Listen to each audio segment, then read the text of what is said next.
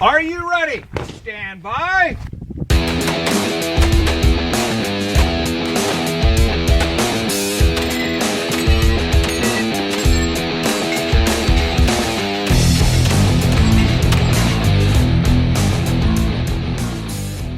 Welcome to the 3Gun Show, episode 109. I'm your host, Dave Hartman.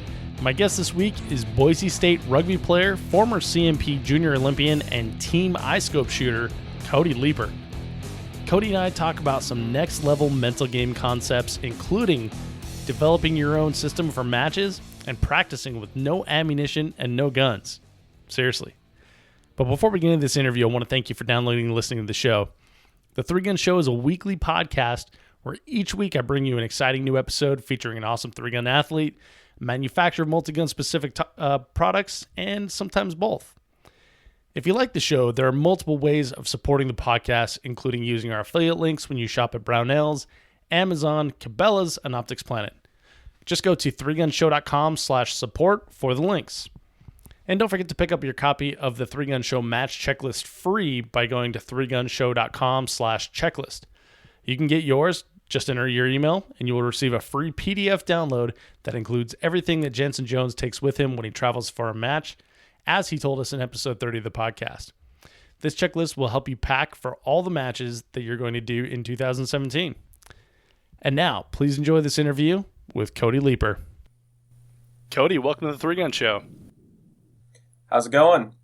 It's going well, man. I'm happy to have you here. It's good to speak with you. A lot of people have recommended that I have you on the podcast, and we connected with a pretty interesting topic that I think the audience is going to like here. So I'm pumped for this interview here. Yeah, me too. It's definitely a pleasure to be on.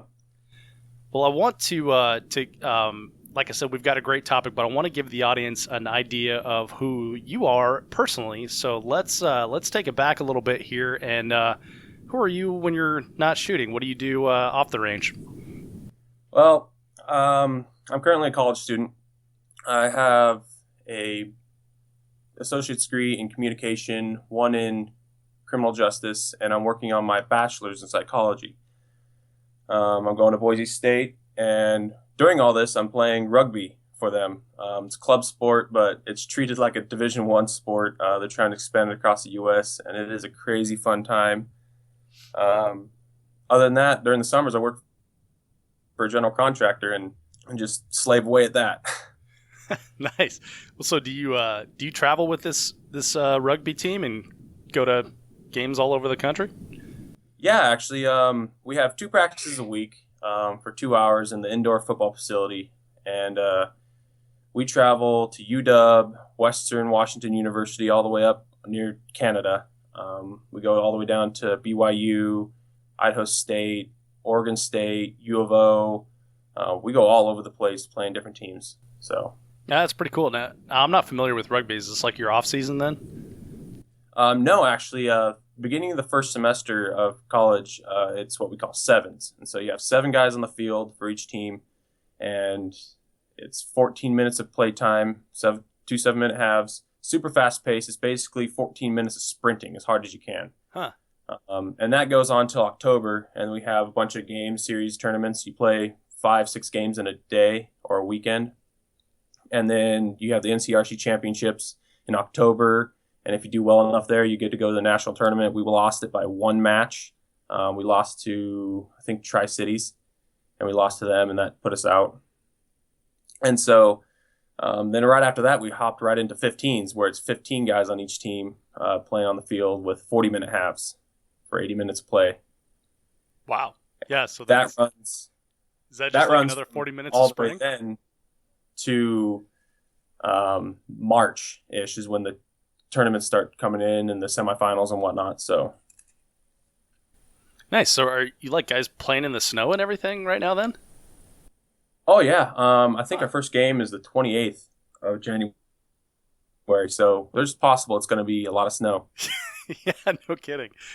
Yeah, my understanding is a lot of parts of Idaho are getting hammered right now with snow.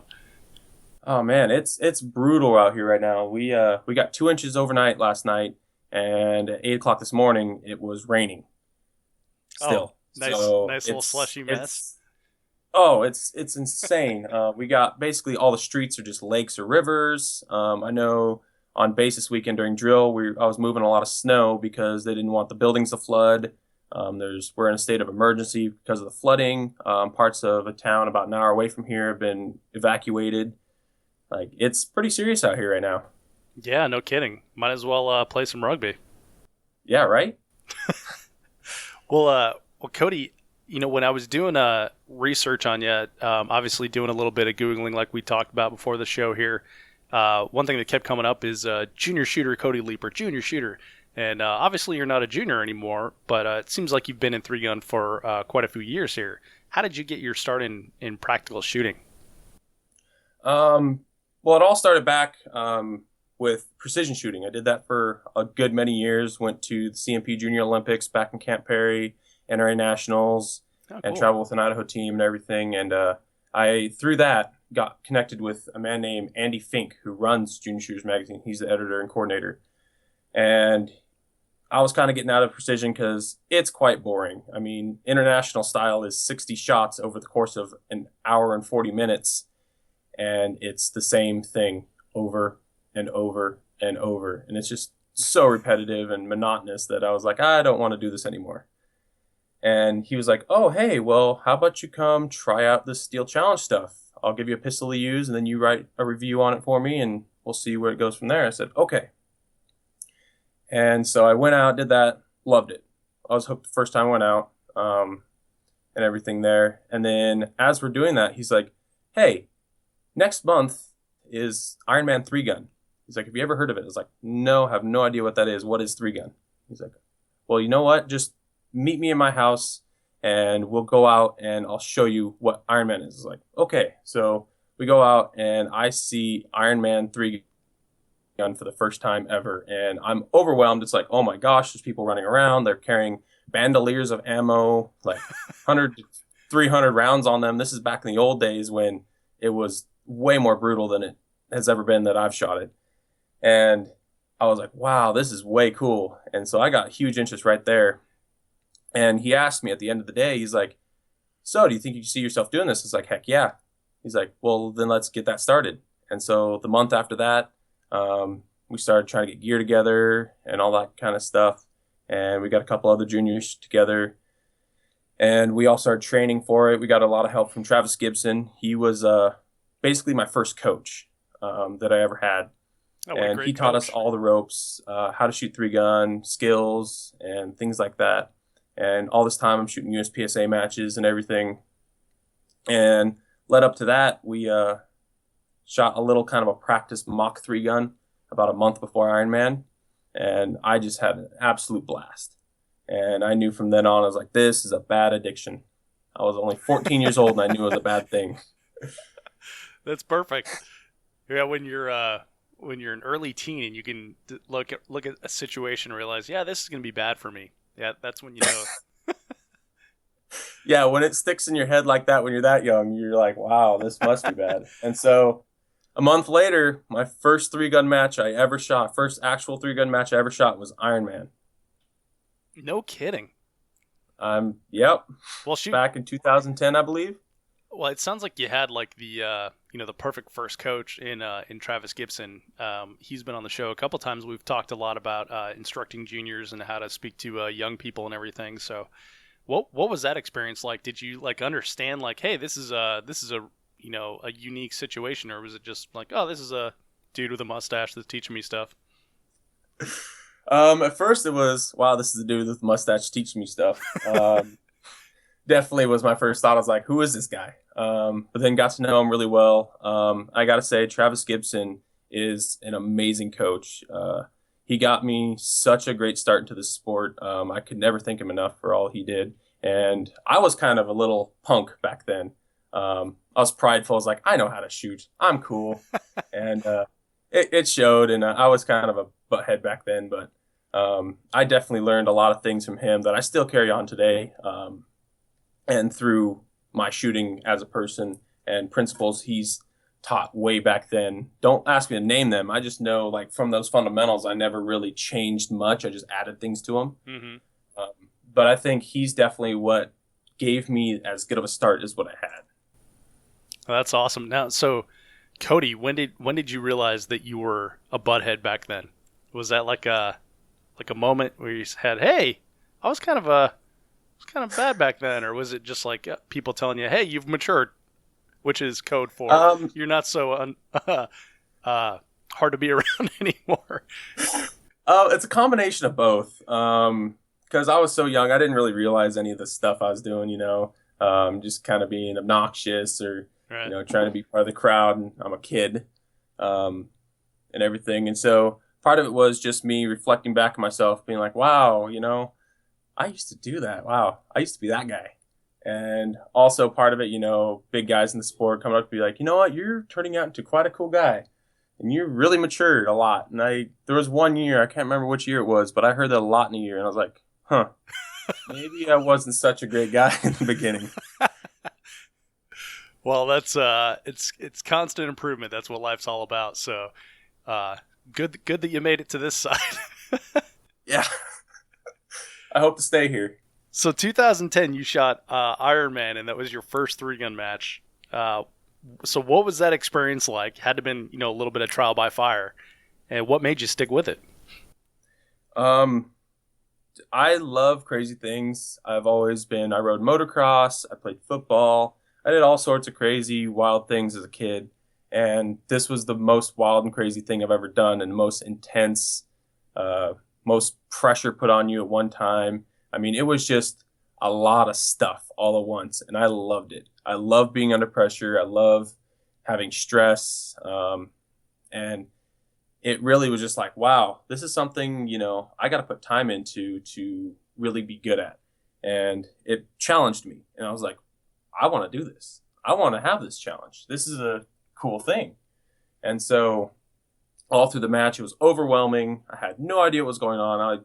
Luckily, I didn't time out on any stages, which is a huge accomplishment for Ironman. Yeah, no kidding. I ended up placing 30th in TAC Ops in my first 3-gun match. So wow. I felt pretty confident with myself. And, I was looking around, seeing all these adults that placed behind me. I was like, wow, if I work at this, maybe I could be up at the top of there one day. Yeah, that's pretty great. 30th for the, very first match, and that first match is Iron Man. That's not bad. Well, so it sounds like you have like the competitive gene, and you've mentioned that you've got a little bit of athletics in there too. So Iron Man probably played a little bit to your strength, right? Because there's physical challenges and obstacles you have to overcome. Oh yeah, for sure. Iron Man is a very long match. It's an endurance match. Not necessarily like, oh, you have to run 150 yards and then drop down and go prone with a rifle and shoot targets out to 600. You're going to be tired when you're shooting a rifle, but there's no something like that. It's the fact that you're shooting a pistol for 80 rounds, and then you're getting arm pump, and then you load your shotgun and shoot your shotgun for another 50 rounds, and then you grab a rifle and you're like, and your muscles are locking up, they don't want to work, and you're tense, and you're breathing hard at that point because you've probably had about 75 yards of movement during all this, and run around a berm or clambered up a berm or carried a dummy or something. And so it's just a muscle endurance, really. Knowing how to control, like when your forearms lock up and your finger doesn't want to work right on the trigger, it's that kind of stuff that really gets to people. Yeah, so that's a good point. So how do you train to overcome that specific challenge? Just honestly, it's as simple as calming down and remembering your fundamentals. I'm a huge believer in that, and we'll touch on it later because it's part of a lot of the sports psychology stuff I'll go on about. But just calming down and doing things right how you know how to do them and how you've always trained to do them. Everybody does all the dry fire practice, but when the timer goes off, all the fundamentals from all of that kind of go out the window sometimes. And the biggest time to remember all that is when you're tired, when you're sore, when you're hurting, when you've fallen or done something like that. You got to remember, okay, it's really hard to do a really good trigger press right now, but I got to find a way to just squeeze that next shot off and make it right. So the first match is Iron Man. You're overcoming obstacles with physical training and stuff like that. Then where did you take it from there?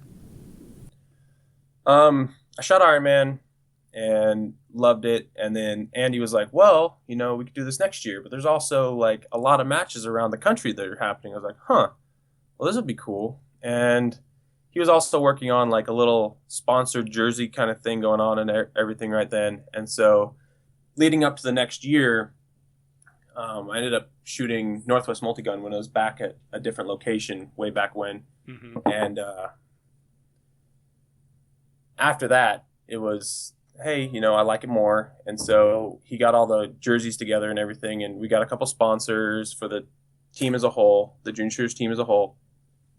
And we shot Ironman again the next year, but I planned a bunch of other matches. I was like, hey, you know what? I might want to travel and do a little bit of this. So I started traveling across the country with it. And that's really the big start of my career was, wow, there's some world outside of all this with it. Yeah, so when you got to those other matches outside of, Idaho, where your home is, well, what did you think? It was a culture shock because that's the first time I ever ran a stage 3 gun that was bay style, as we'd call it, and super fast, like 40 second stage. And I was like, oh, wow, I just got my butt handed to me. I didn't have 100 yards to run that I could get on these old guys. What is this? And so my shooting skills was like, wow, I got to really work on my shooting skills because it's a different animal. It's not the same. You don't have a lot of movement. You don't have a little couple places where you can make mistakes and recover from. It's you got to be right the first time and not the second time. Right. Yeah. That's a very good point, and it's one thing I struggle with on bay matches myself. So then, once you had that experience and that that culture shock, like you said, how did you change your practice? Just started gearing towards that, running drills accordingly, making sure, like running a plate rack. It's not about running it fast; it's about running it right. Misses equal time. And so, training on that, trying to be better in the way I executed things, trying to develop my skills better, my execution better, and really just at this point, it was still developing as a shooter. All the typical drills and things like that I had to still implement and keep on so that I could develop as a shooter while trying to figure out my own style, because nobody is the same in 3 gun. No guy shoots the same as the next guy. And so I was kind of self-identifying in all this too. I was developing as a shooter and self-identifying as, okay, this is how I'm going to be as a shooter. And so that was kind of what my training was geared towards, was how to shoot faster, more effectively, and more efficiently while finding something that I'm really good at that I can key on. And for me, that was movement. Movement is a huge factor in what I play to my gun game now.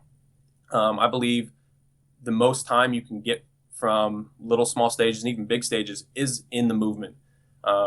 We all, at the very top level, we can all shoot a stage 1 for 1 and not miss a shot, not take an extra shot, and just clean the stage. Well, we all shoot pretty fast, and so it's going to come pretty close if we're all just standing and shooting.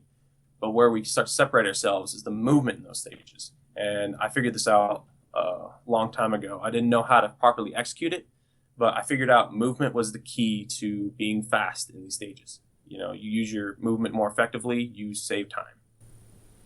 So what kind of drills do you do then to work on your movement? How do you improve your movement as a shooter or a 3 gunner? Isolation drills. Back then I can't remember exactly what I did, but nowadays I'll do isolation drills. So I'll sit there and, like, if I'm in the gym or something, I'll find a medicine, those half medicine balls, and I'll sit there and I'll try to do workouts with my upper body while keeping my lower body stable, and then I'll try to rotate that around and do upper body stabilization while I'm working out my lower body in a way. And if I'm at the range, I actually took a laser to the range one time, and I put a target out, and I tried walking and finding a way that I walk most effectively and I move most effectively without moving the laser around very much. I put, I think, a 6-inch circle out, and if I could move from 25 yards and get closer and walk up to that target and not come off that plate, that's very effective to me. And so the way some people move compared to mine was a lot different, and they didn't work for me. So I had to find my own way of how to isolate my body and isolate the way I walk and everything to be able to hold that laser steady on that target. And so I did that for a couple months, and I finally figured it out how I did it. And once I did it, I just sat there and I repeated it over and over and over and over again. Everywhere I'd walk in the house, I'd be walking like that. Just get it ingrained in my body. And now it's second nature. I don't even have to think about it. I don't even have to say, okay, I got to move like this. I just do it. And so it was a lot of repetition, and it just ingrained yourself with how to move good for your body style and the way you walk. Huh. I feel like that type of dedication and that scenario that you just said right there, where you're actually going out to the range with a laser and a 6-inch plate and you're trying to figure this out, just trial and error. I feel like there's a big difference between like just a, normal weekend warrior shooter that goes out to, weekend matches, maybe one major a year, and is happy with just whatever performance they can put together. And then the person that's going to actually put all that gear together, go out to the range and then practice that for hours on end. There seems like a big separation there, and maybe that's what separates the the top 10, top 20, top 15, whatever you want to call it, from the rest of the pack. Oh yeah, I definitely believe that. I got to say right now, I hate going to the range and working on stuff like that or dry firing. I don't think I've dry fired, like actually dry fire practice, in the last 2 years. Maybe possibly, actually, I think 3 since I started college. I don't think I've actually dry fire practiced except for I will learn how to quad load. And I absolutely hate it. I got to the point, I remember one time spiking my shotgun over the berm just because I was so frustrated and mad. And I was like, why am I doing this? This isn't fun. This isn't cool. I look like a dork out here. And I wanted to be better. And so I did it just because I wanted to be that top guy. And so as much as I hated it, as much as I didn't want to do it, I did it because I wanted to be in the top. I wanted to prove a point. I wanted to be like, hey, I might be a kid, but I can do this too. So then you mentioned you haven't dry fired in 2 years, and it can be challenging when you're in college to dry fire because a lot of dorms don't allow guns in there. Student housing doesn't allow guns in there and stuff like that. So you won the 2016 Surefire World Championship in TAC Ops and 2015 Limited. So you're obviously maintaining some sort of proficiency. How are you doing it? I don't get to touch my guns hardly ever. The place I'm living at now and is very small. I can have my guns here, but there's just no room after I have all the stuff I need for school and work and whatnot. There's just barely any room, and I don't feel secure enough putting it out in the common room or this or that. And so, because I share this place with 3 other guys, and then beforehand I was living on campus, and so there was absolutely no guns. That was a big no-no. Right. And so my parents live an hour away from school, and that's just a pain in the butt. I don't really have the time to just drive out there for an hour, to spend 3 hours dry firing, to come back an hour. That's 5 hours in a day. Or it's a minimum of at least 3 hours because it's 2 hours, an hour there and an hour back. So there's 2 hours gone just in commute. Half hour to talk to mom. Yeah, make that an hour. And so what I figured out, it's something I figured out a long time ago from wrestling. Back in wrestling, I had this coach that taught me to anticipate what your opponent's going to do. And I questioned it, and I was like, how? And he said, well, by recreating 5 different scenarios in your head and know 5 steps ahead of what he's going to do in 5 different scenarios. I was like, what? That sounds crazy. Little by little, I started training on that. And I would sit there before a match and I would run through my head a million different scenarios. Like if I was going to go up, I knew exactly how I was going to initiate my first contact. And so I'd go up and do that. And if I did that, I had 3 things he was going to do in my head. I only got it to 3. He was optimistic with 5, but 3 is about the limit. And I would have 3 different things that I know he was going to do. And as soon as he'd start to do one of them, I was already in my head and visualized that he was going to do that. And so I'd already have a counter ready, and I'd go into that counter, and I'd find a way to get them on the ground, and then I'd start wrestling from there. This was at the beginning of, each match. I only did it for first couple scenarios in a match, and then after that it was, you got to go on skill because you can't predict everything. That's a lot to remember. And so I took that, and I was thinking one day, I was like, wow, maybe I can take this, because I had it to a point, I had a visualization that I could feel exactly what they were going to do. I could see what they were going to do, and it was almost like I was actually there. When I was sitting there on the side of a mat before a match, it was almost like I was already in the match, because I had such a visualization of it, and I've done it so many times over tournaments and tournaments and tournaments that it got to the point I was visualizing it and feeling it. I was like, wow, I wonder if I can apply this to this new shooting stuff. And so I started working on it and working on it. And now I will go. So Multi-Gun Nationals happened earlier this year, and I ran a stage near perfect. I thought it was one of the best stages I've ever run in a long time. And so as soon as I was done with that stage, I got off to the side and I ran it through my head about 60 times, just exactly as it just happened. About 60 times, and then I started putting my stuff away, and I kind of avoided everyone so they wouldn't break my concentration. And I ran it through my head over and over and over and over and over again until it was perfectly ingrained in my head. And then I left it alone for a while. A couple hours later, when I had a little bit more time, I ran it through my head even more. And to where the point that I remembered exactly what my feet were doing, exactly what my hands were doing, exactly what my head was doing, and exactly what my eyes were seeing. And then after that, I'll take that and I'll run it through my head over and over and over again, more to the point that I'm feeling what the trigger feels like. I'm seeing the recoil of the rifle. I'm feeling almost like feeling the gases come out of the gun, like as if I'm back in that stage. And I can remember and tell my mind exactly how that trigger is supposed to feel, because I remember how it felt during that stage, how my movement felt and everything. And so I take all the elements together, and it's basically a repetition thing. Repetition is the best thing you can ever do. We do it in dry fire and whatnot, but repetition is in many forms, like mental or physical.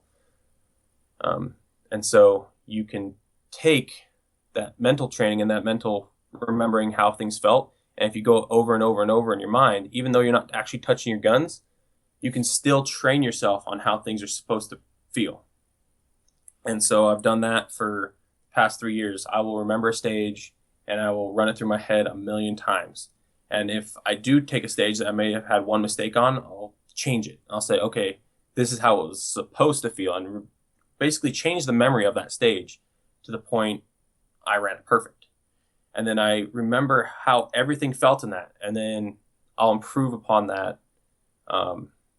Change up a little thing, like maybe I could have done this better, and I'll modify it to where I have a couple stages in my mind that I didn't run perfect, but by the end I ran them perfect, because I changed what the memories were and changed my mind and told it how I'm supposed to feel during that stage.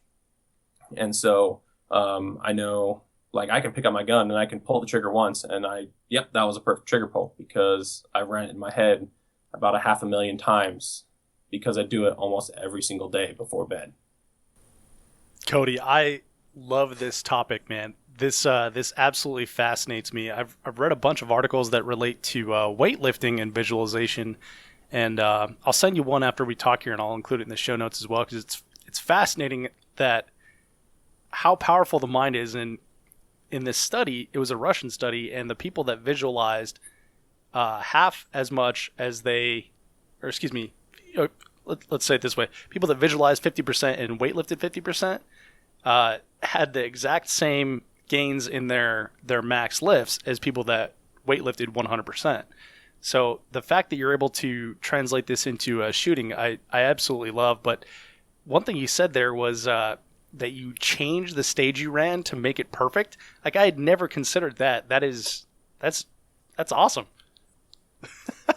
Yeah, it's a fairly new concept I started working on, because I was like, why would I have, if I'm trying to maintain something that's perfect, if there's one little flaw in that, why would I take it and keep it in there?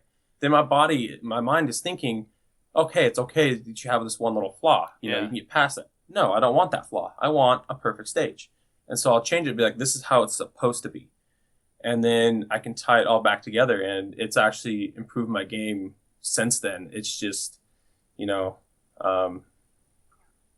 Yeah, like you said, it's amazing what the mind can do. And I think with our sport, more technique involved sport, a more methodical sport than weightlifting. Weightlifting relies a lot on physical strength and stuff. Mm-hmm. And don't get me wrong, there's a lot of technique involved. But I think with ours, it's much more so. So I think the mental training like that and the visualization is way more important.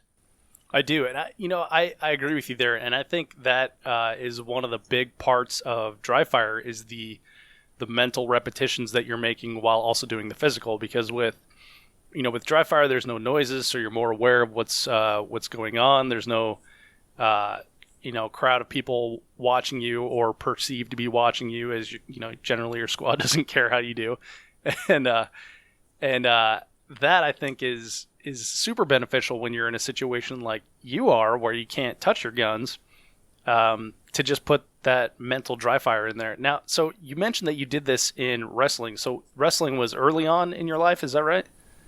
I wrestled for 12 years from the time I was 4 Wow. years old up to like the sophomore year of high school. It was a long time. Wow, okay, yeah, so that is a long time. So this visualization you've been doing for a long time then.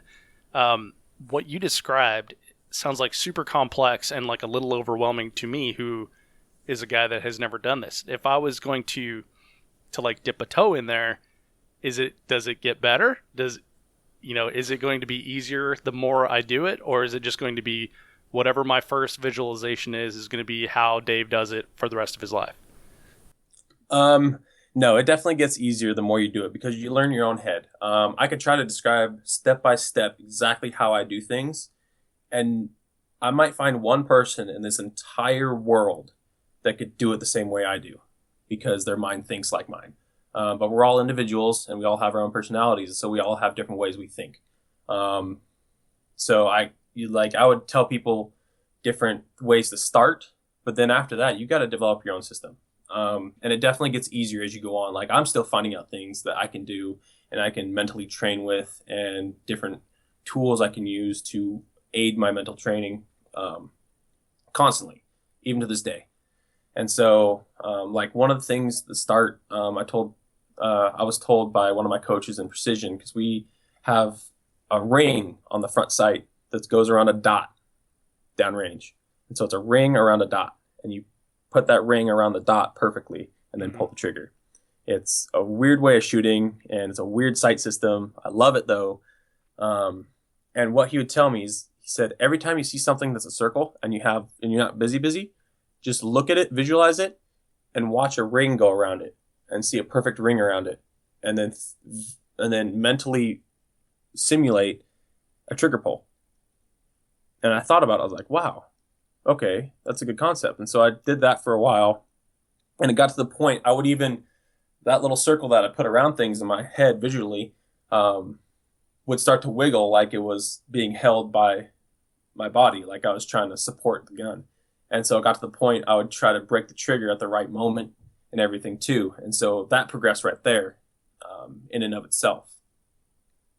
Dude, I love that topic. I mean, there's so much depth here. There's so many different applications. Like you can use that for, your reticle on your rifle. You can use it on the front side of your pistol, your shotgun, etc. And you can like do it in your office with, things that are just sitting around on your desk. Yeah, I mean, you can put a couple little smaller targets, like a small mock-up target that's only like 3 inches big, put it on your wall in your office. And whenever you need just a mental break, have a couple of them up and just look. And don't even pull your arms up. Just look at it and visualize yourself bringing a gun from a draw, going up, and a perfect sight picture on those targets as you go 1, 2, 3, 4. And just visualizing that perfect sight picture on those, and, working into, you can visualize a recoil of a pistol or a rifle or shotgun or whatever on those targets as you go by them. That right there could do you huge, because if you're visualizing perfect sight picture, your mind's going to think, oh, I need that sight picture, I need that front sight, or whatever it is you choose to visualize. It'll automatically think that's what I need. And you'll actually stop yourself, and you'll come to naturally see that faster, see it better, and ultimately adjust the way you're holding and the way you move your gun to be able to fit that visualization better. And it's something you can constantly train. And so it's not like dry fire where, it's on and off, on and off. I could do it 50 times in a day. I can't dry fire 50 times in a day. Right. Well, and it's the concept, to bring it back to physical training, of greasing the groove, right? It's like putting a pull-up bar on a doorway that you pass often and just doing 1 or 2 pull-ups as you pass through it, instead of stopping and doing 50 pull-ups, all in a row. Where most people can't do that, but if you pass by it 20 times a day and you do 1 or 2, then now you've got a good number of repetitions in for the day. So that one target, sitting in your office or in the kitchen or whatever, turns into an opportunity multiple times a day when you pass by it. Exactly. And that's the one thing with dry fire training is you get physically fatigued. I mean, I know guys will do an hour-long dry fire session, and I think it's crazy. I think it's actually almost redundant, because at some point your muscles are going to get tired. The same repetitive action. And no matter how much we try to be perfect, we start to get sloppy. We start to get sloppy on our trigger pulls. We start to get sloppy on our sight pictures, everything. I don't care, how good I am. I know I'll get sloppy if I do it for too long. I'm just going to get fatigued. I'm going to get bored. I'm going to get unfocused, or something's going to distract me, And so if I do long dry fire sessions that are over, 15 minutes even, possibly even 10, I'm going to get bored, distracted, or I'm going to get fatigued, and I'm not going to want to do it anymore. I'm just going to be like, meh. And so to me, it can sometimes be detrimental to do too much dry fire practice. I've learned, because you're not being perfect in the way you're doing it. You are getting a little bit sloppy and everything. Yes, you need to supplement the mental training with the actual dry fire, but dry firing for long periods of time, I believe, in what I've researched, can actually lead to imperfections. Yeah, from my own personal experience, I can say that I do get, a case of the efforts, as I like to call it, at the end of a dry fire session, where I'm just kind of like phoning it in, and I'm probably a lot sloppier on the side alignment than I would be, or getting that quad in there and stuff. So I feel like the gold for me is somewhere in the middle. But yeah, the sessions for me generally stay under 30 minutes. Yeah.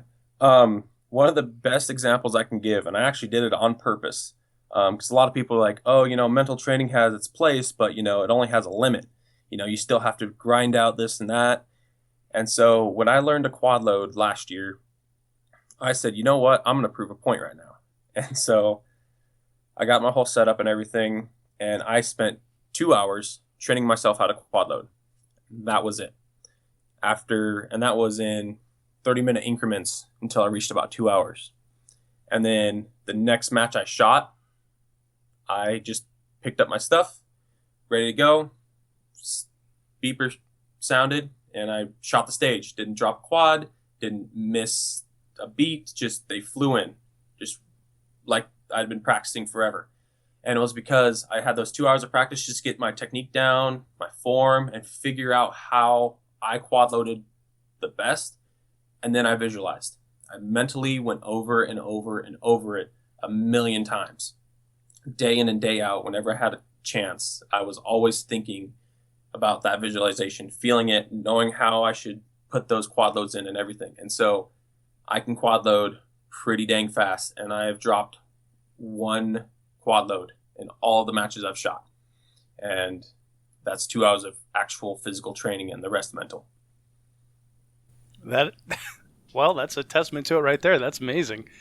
So if me or someone listening who doesn't have, tons of years of experience in mental visualization like you do wants to get started, how do you take something simple like, or complex as you want to call it, as the quad load, and describe how you would start with the mental visualization to perform that activity?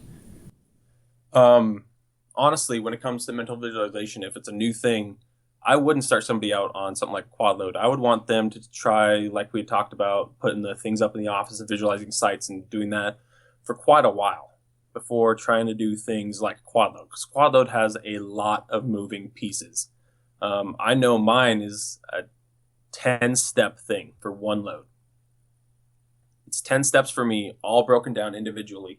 And so that's a lot of moving pieces. It's a lot of things to remember. It's a lot of things to visualize and feel while you're thinking about it. And so I think like if you're going to go into quad loads and something very complex, I'd break it down into the very simple things that you really need to work on, like the perfect grab, like remembering how the feel of your hand going down onto the caddy and grabbing those shells in a way that they come out clean. I think that's one thing I would have them focus on for the longest, because I know that's where quad load can be made or break, is on the grab. You know, if you go too fast, you're going to crumple them and do them weird. If you go too slow, well, you're being inefficient. So I think that's the point I would keep them at for a long time, is visualizing that one thing. And then after that, I think I'd break it down into just the getting them in the gun, you know, after that. And then once they do that for a while, then step it up and tie those two together. Not the movements in the between, but the actual load and the grab. And then once that's been done for a while, you stair step it up to bring your gun off the shoulder and just visualizing gun off the shoulder or gun on top of the shoulder, however you're going to quad load, and do that for a while. And then stair step it up again and just add more steps onto it until you have an entire quad load going through. But if you start running into hitches on it, back it up, just like we would do in progressions for anything else. If you start to run into troubles or, you know, you're not visualizing it right, backstep it a little bit and work on it more and more and more. I mean, you have all day, every day to work on your mental training. Don't try to rush it. There's no reason to. Your mind's always going to be there, and you'll always have time in a day. Everybody says, well, I'm so busy. It's like, well, I do most of mine as I lay in bed going to sleep. So. Yeah, and that's a perfect time to do it because, you know, the room's dark, you're focused, your eyes are shut, and you've got all that, you know, excuse me, you're down regulating, you're getting ready to go into slumber.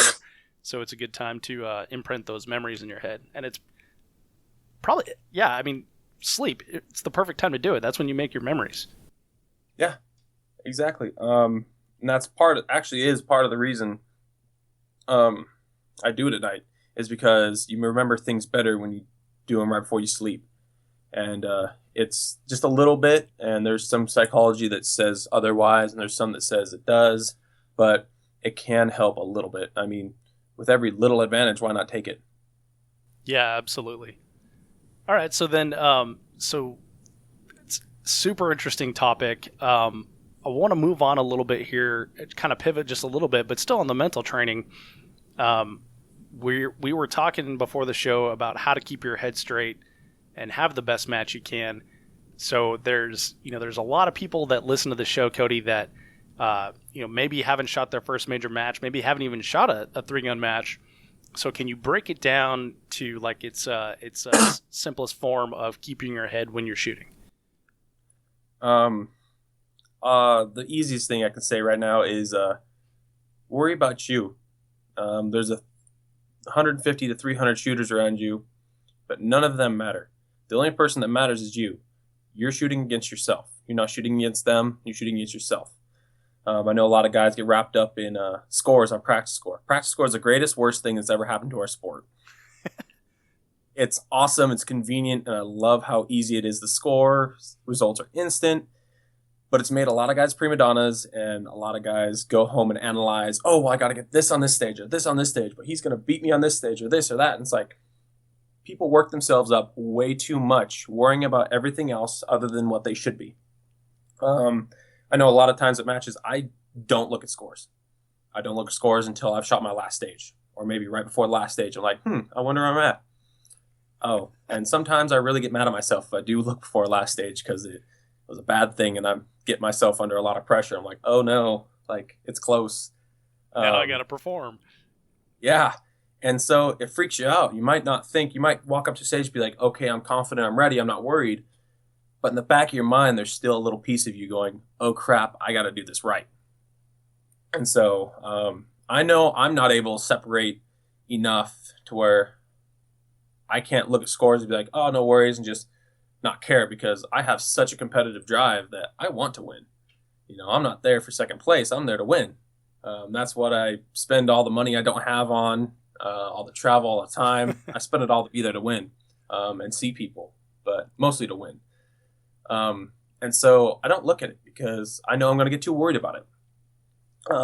Especially when you're new, you're not going to go out there and win a major, try to do the best in your local matches, but go out there and try to improve upon yourself. Shoot the game you're able to shoot. That's probably the biggest thing I can say, especially for like new guys, on mental stuff.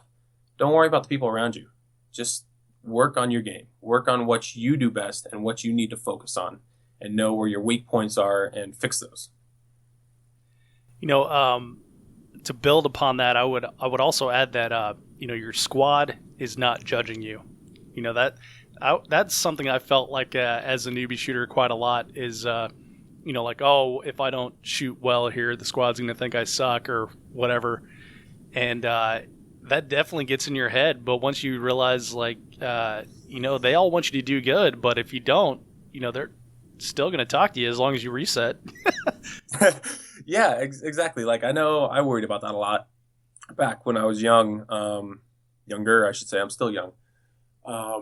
Is I was worried about like how I looked to people and everything around me. I was really concerned about that. And I learned more and more and more, it doesn't matter.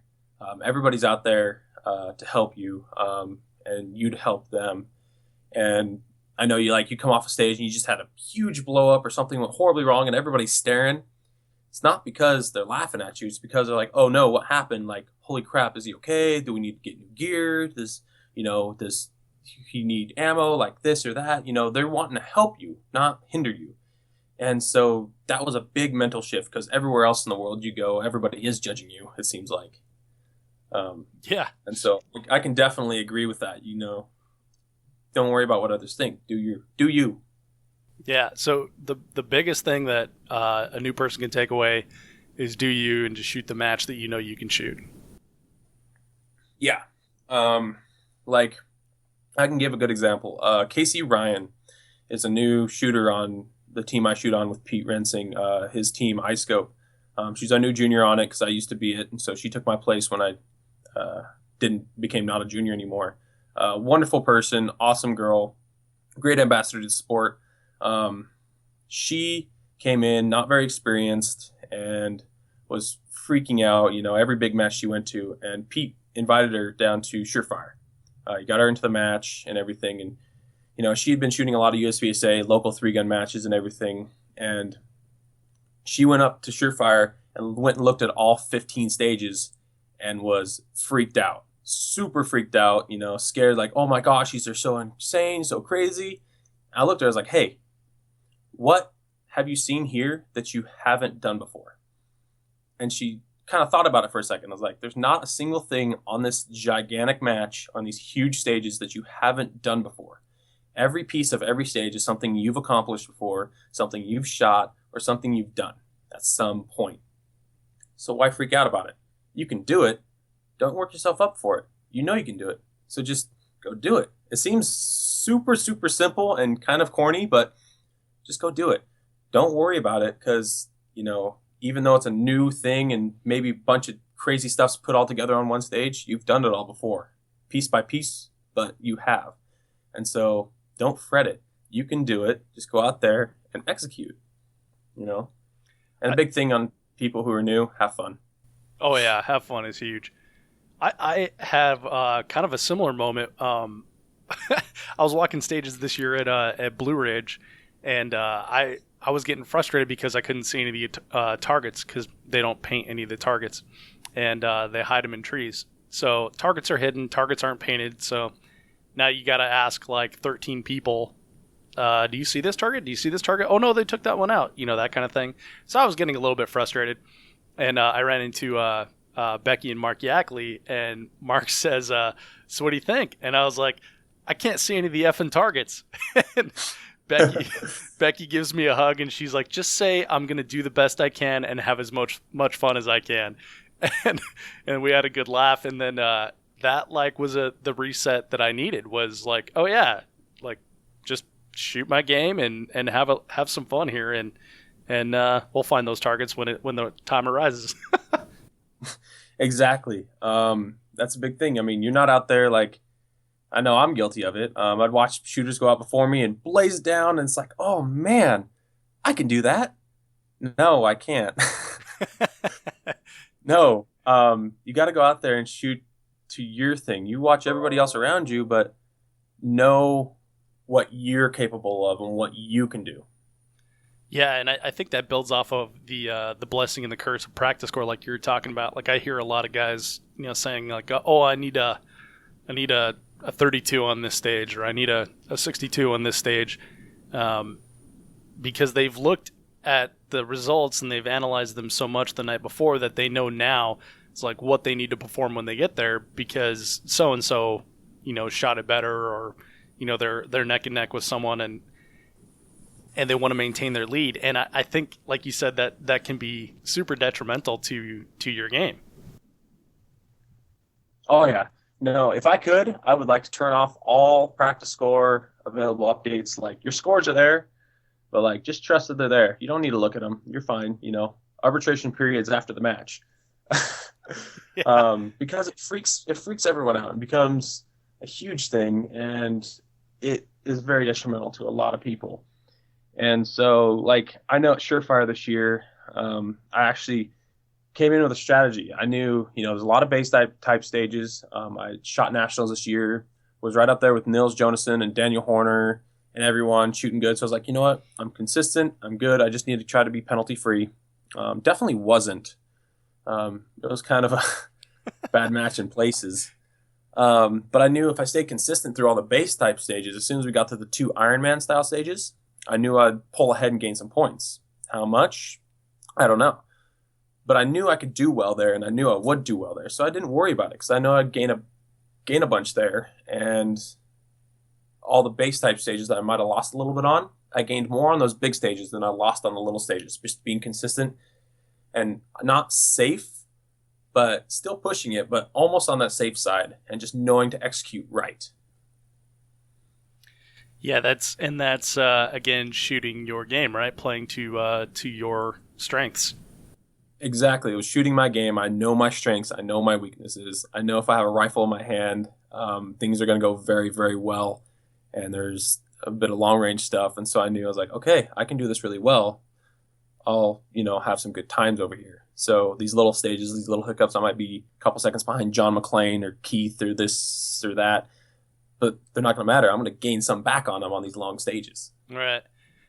Okay, so knowing yourself and shooting to your abilities, what are some other things that newbies can keep in mind, or even experienced shooters for like sports psychology type stuff?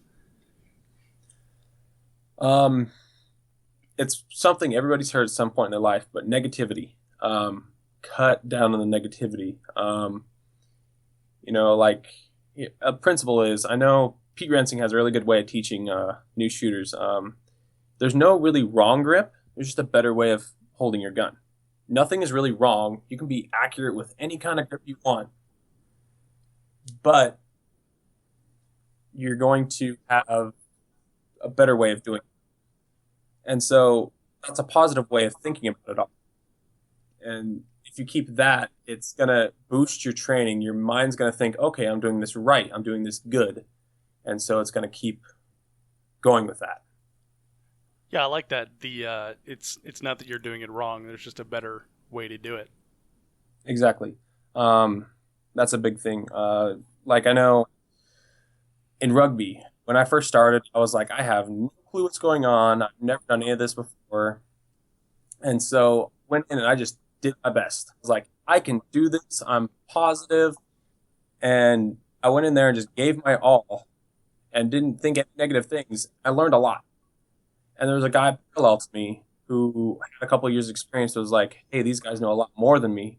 He's like, I got to keep up with them. He's like, oh, no, I'm not as good as them. I'm not going to be as good as them. I can't pass as good as them. And that guy didn't progress hardly at all.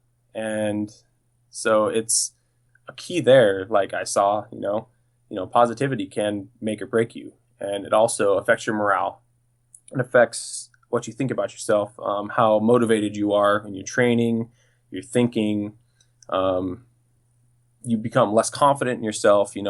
Something that you do all the time, like shoot a play rack, be like, oh man, it's like 5 yards further than I usually shoot it. It's going to be a little difficult. Well, now it's going to be because you just thought it was. Yeah.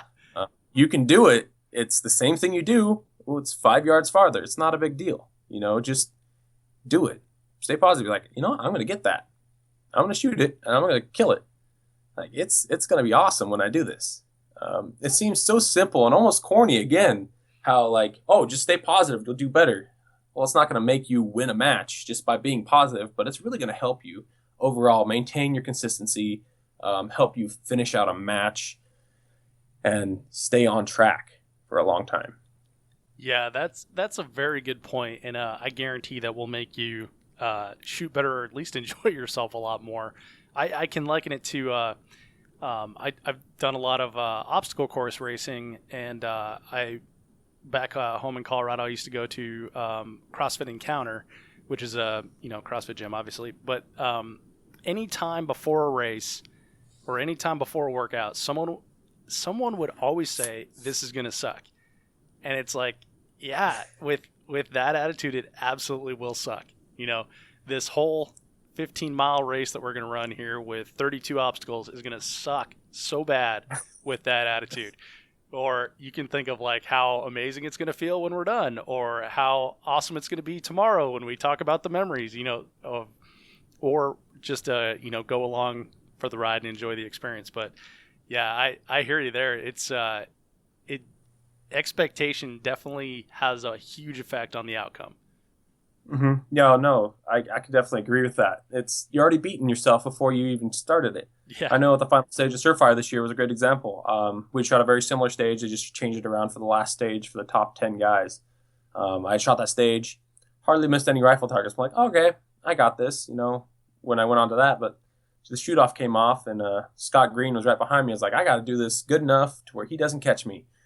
And I got in my head, and I was like, man, rifle's going to be kind of hard. And I broke my own values right there. And I struggled, and I threw a bunch of extra shots on all the rifle targets and everything. And so that right there proved to myself, hey, I just did it really great. And I got into my own head, and I did it really poorly. Now, when you're done with that, how do you reset? Because like most people's inclination is to be like, oh man, I'm such an idiot. I knew that if I went in negative that I would have a negative outcome, and I did. God, I'm so stupid. I always do this. That's like the classic self-talk that people have. So how do you talk to yourself after that stage when you recognize that, like, oh, I thought the rifle portion was going to be hard. I threw some extra rifle targets. What's your inner dialogue like after that stage? The exact words I hear in my head to myself are, it's gone. You can't fix it. Next stage. It's literally like we might try to push a little harder the rest of the match to try to make up time lost for a malfunction or this or that, but you can't fix what's already happened. It's always there. It's already in the score, that mistake, it's there. You cannot fix that mistake or that malfunction. You can't fix it. It's gone. Push it out of your head. You can't fix it anymore. Move on to the next thing. Reset. If it was a malfunction, figure it out, and when you get it figured out, a lot of guys are like, I don't quite trust it. Maybe it'll run, maybe it won't. No, go up. It's going to run. And if it doesn't, stay calm, remedial action, fix it, and then get right back in the groove. But always go in. It's going to work. It's going to do it. Yeah, I screwed up on that stage. Cool. I got this next stage to shoot. I better get ready for it. Basically just do kind of a mental wipe. Everything that happened beforehand doesn't matter anymore. It's about what's ahead of you.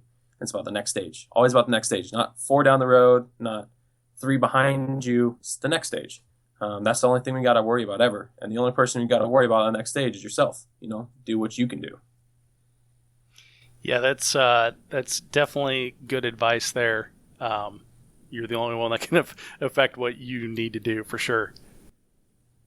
Exactly. You have the major power over yourself. You can make and break yourself. Nobody else is going to do it to you. You're going to do it to yourself. Well, Cody, I love the topic of sports psychology, and you mentioned that you're going for your psychology degree. So is this like going to be like an emphasis for you, or is this just two passions that are kind of intermingling? It's a little bit of two passions kind of intermingling. I've taken a touch on sports psychology and everything, and so I know a lot of principles and stuff that I can talk about, but I can't really because I don't know a lot of the details about them. So because I've just taken a basic class in sports psych, but it's something I am kind of interested in pursuing. There's not a lot of careers out there with it, but it's something that very much interests me. The other part I was going to look into is developmental psychology because that's super fascinating. That or abnormal psych with mental disorders and stuff like that, because the way the mind can fight your own body is just absolutely fascinating to me. And so I might emphasize one or the other, but I don't know which yet. I'm not quite to that point. Well, it seems like you found like a pretty practical application in your own life for it. So it'll be interesting to see what you come up with there. Well, let's take a complete pivot here and then cover a hotly debated topic in all corners of the internet, and that's gear. What are your thoughts on gear for people getting into the game? Like brand new guys? Maybe someone who's shot their first couple matches with their Smith & Wesson M&P 15 or what have you, and they're looking for upgrades or how to get better with what they have. This is definitely something I see a lot around here. Gear hounds. Everybody's got to have the best gear. And one of the things is gear really doesn't matter. What you can do is what matters. I shot for the longest time. The only thing I was a stickler on was my rifle because I'd been through the precision world. I was very particular about how my rifle felt and everything like that for a long time. But my pistol and my shotgun, I just figured out how they ran and I made them work. I ran a stock Glock 34 with a fiber optic front sight. The rear sight was still the factory adjustable rear sight. I ran that for 5 years. I ran an FN SLP weekend loading for another 4 or 5 years too. And everybody else is having all these innovations and whatnot, but I'm sitting there, I'm like, I still am learning my guns. Like, I don't know every little detail about them and every little detail about how they shoot and, the way they shoot. And so I just kept with what I had for the longest time.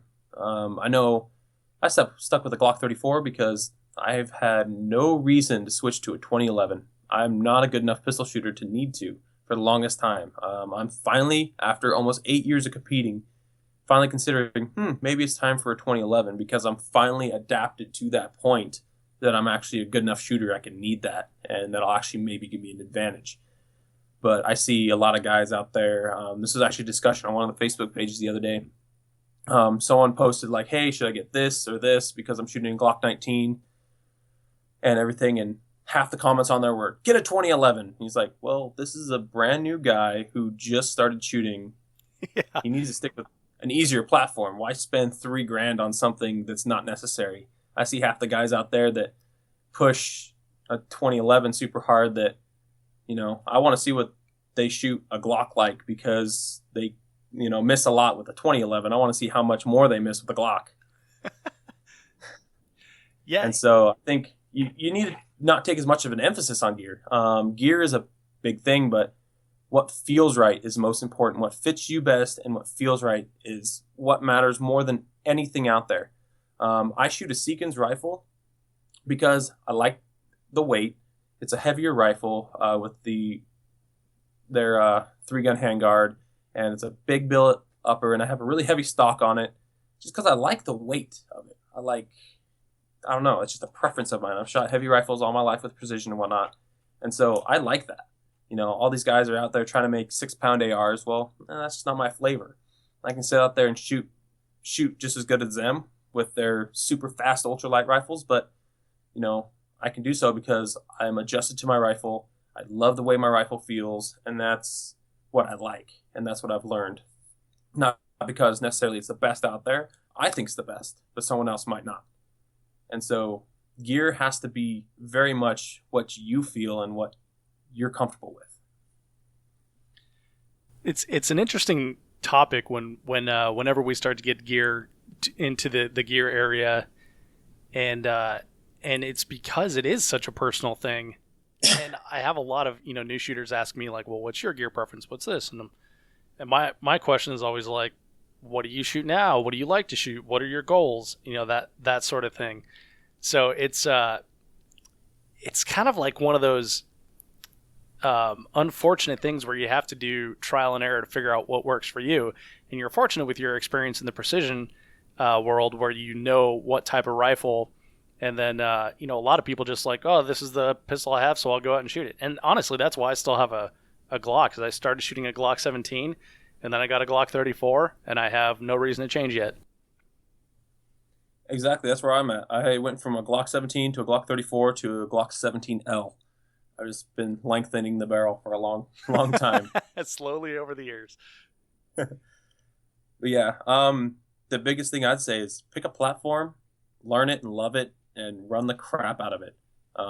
Like I know a lot of guys are debating on which shotguns to get. Like if I was coming in right now and I needed to spend the money, I would buy once, cry once, and get a Benelli. And I would learn it and love it. A lot of people are running them. There's a lot of spare parts out there. A lot of guys do work on them. And so I'd say, you know what, I'm going to bite the bullet and go buy a Benelli.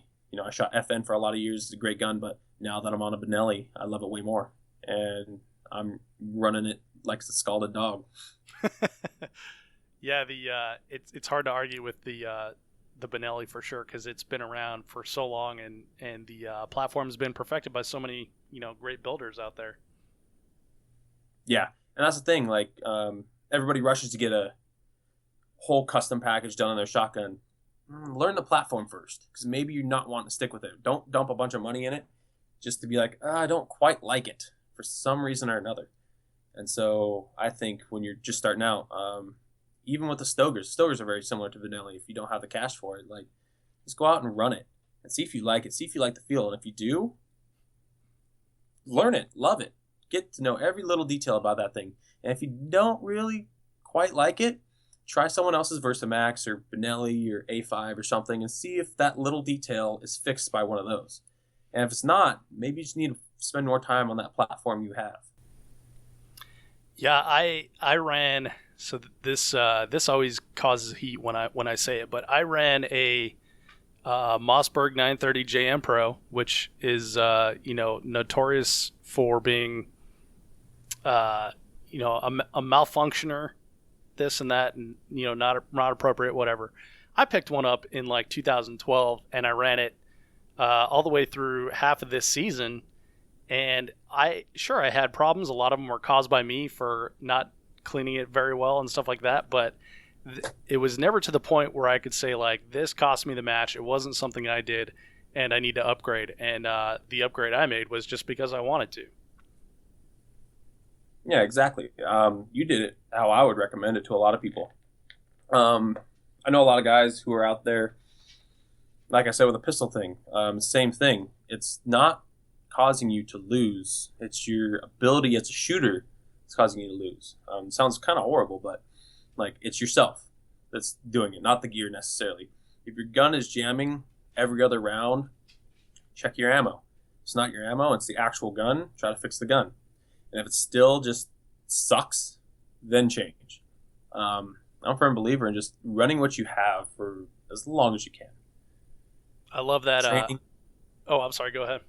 Training goes way more than any gear does. Because I know with my huge extensive rifle experience and how much I love rifles, I had a split case at Ironman. And so they ran me a new gun, because you can do that at Ironman. You can just run a new gun up to people right on the stage. And they ran it up. I threw a magazine in and went 1 for 1 on all the targets. And it was a complete 180 from what my rifle is. It was a 14.5 little super ultralight gun, completely different from what my gun was.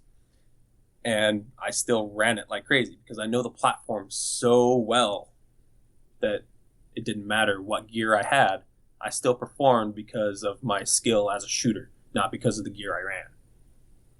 Yeah, and that is, it's the old phrase. It's the Indian, not the arrow, right? I mean, become a better marksman if you want to get better, right?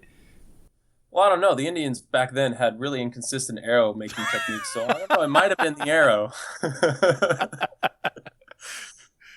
Well, Cody, I love the gear topic. I like your point of view on it mostly because it aligns with my own, and that's how humans work. But want to change up a little bit more here, and I've actually got a question that I was told to ask you, and you can probably figure out who this is from by the question. And I guess it's more of a statement. It says, "Tell him that you heard how much more he enjoys shooting USPSA more than 3-gun.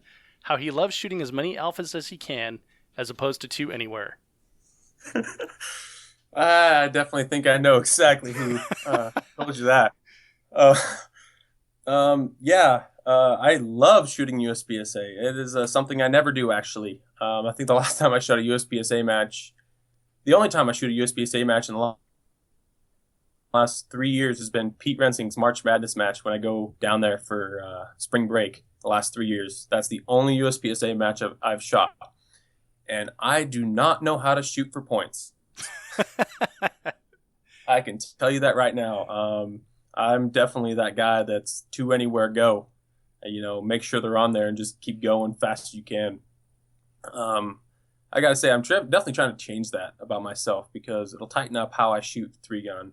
I am very sloppy with the pistol until it comes to steel. Then I calm myself down and make my hits, but I am very, very sloppy with the pistol. I actually, since I'm leaving in March for basic training for the Guard, I'll be gone from March to August. I won't be able to make really any 3-gun matches until, maybe Fort Benning or something at the end of the year next year. I was looking into actually going into USPSA and spending my money there and trying to improve my pistol game because I know it's very lacking in what it could be. Yeah, when I first started shooting 3-gun, one of my early mentors, Ben Go, actually took me aside and he's like, "You need to shoot USPSA production." and I was like, "Why?" And he's like, "Because you need to hit some A zones every once in a while." And for me, that helped quite a bit, but it did also slow me down a bit. And I've noticed that it's been hard for me to find that extra speed that I had when I first started. The you don't know what you don't know type of thing. So when you're looking at getting into USPSA, are you going to shoot like limited minor or something like that? Yep, I'm looking to shoot in limited minor for a while because it's going to force me. Because I know my competitive self, if I shoot major and I'm placed up in the rankings, it's not going to be much of a challenge. The challenge is going to come from trying to do it with limited minor and push myself to make those alpha hits and really actually focus on the training that I'm going in there for. So I'm just going to get a little race holster and a new belt set up and run it and see what happens. There you go. All right. Well, so that was our submitted question from Mr. John McClain, of course. So one of your teammates, a guy you shoot with a lot, and obviously knows you pretty well.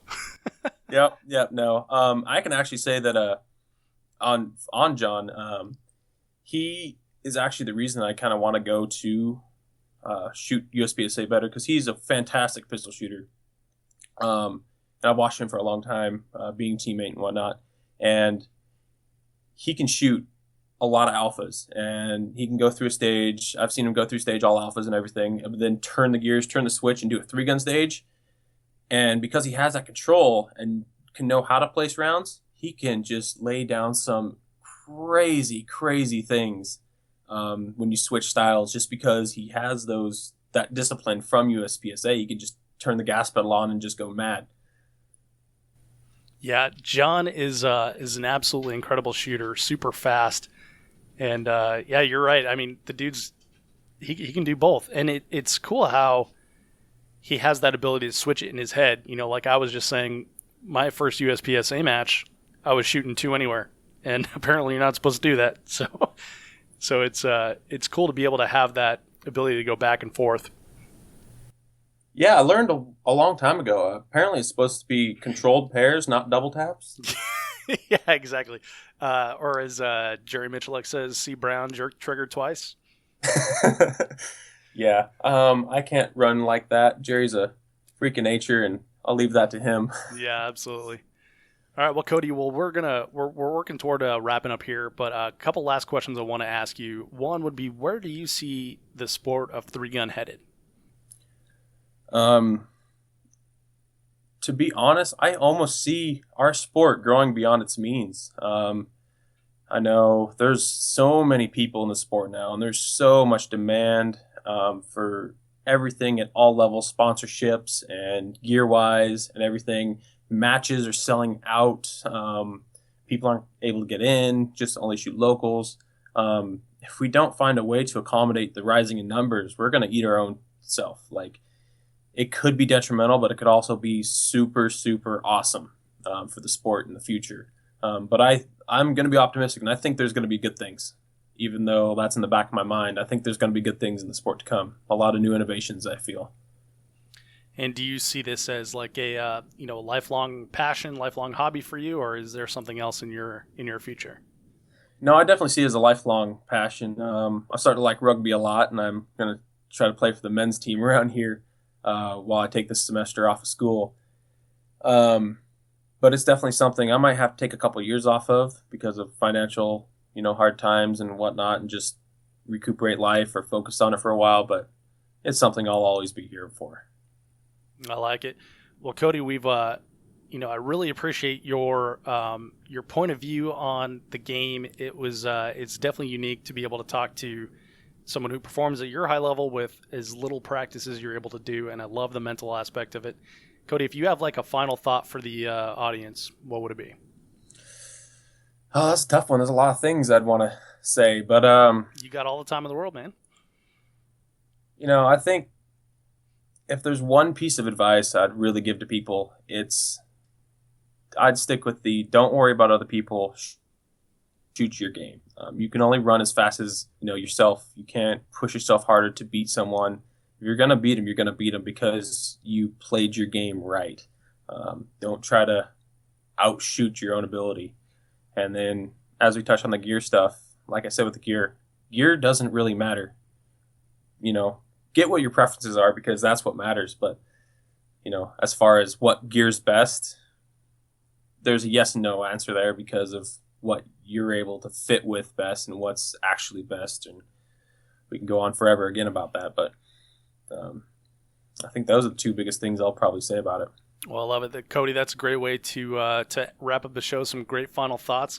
I really appreciate you taking a time out of your day to chat with me here on the Three Gun Show, and thanks, man. It's been a lot of fun. All right, you're welcome. Been a pleasure. I hope you enjoyed that interview with Cody Leeper.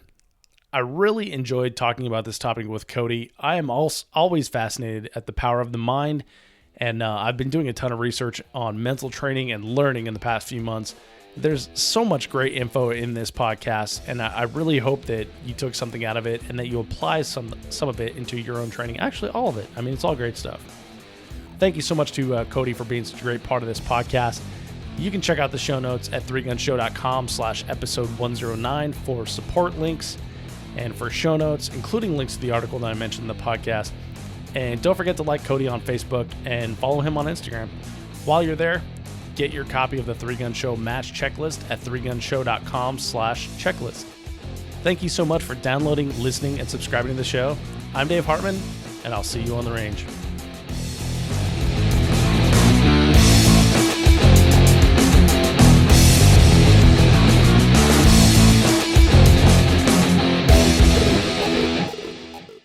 If you are finished, unload, show clear.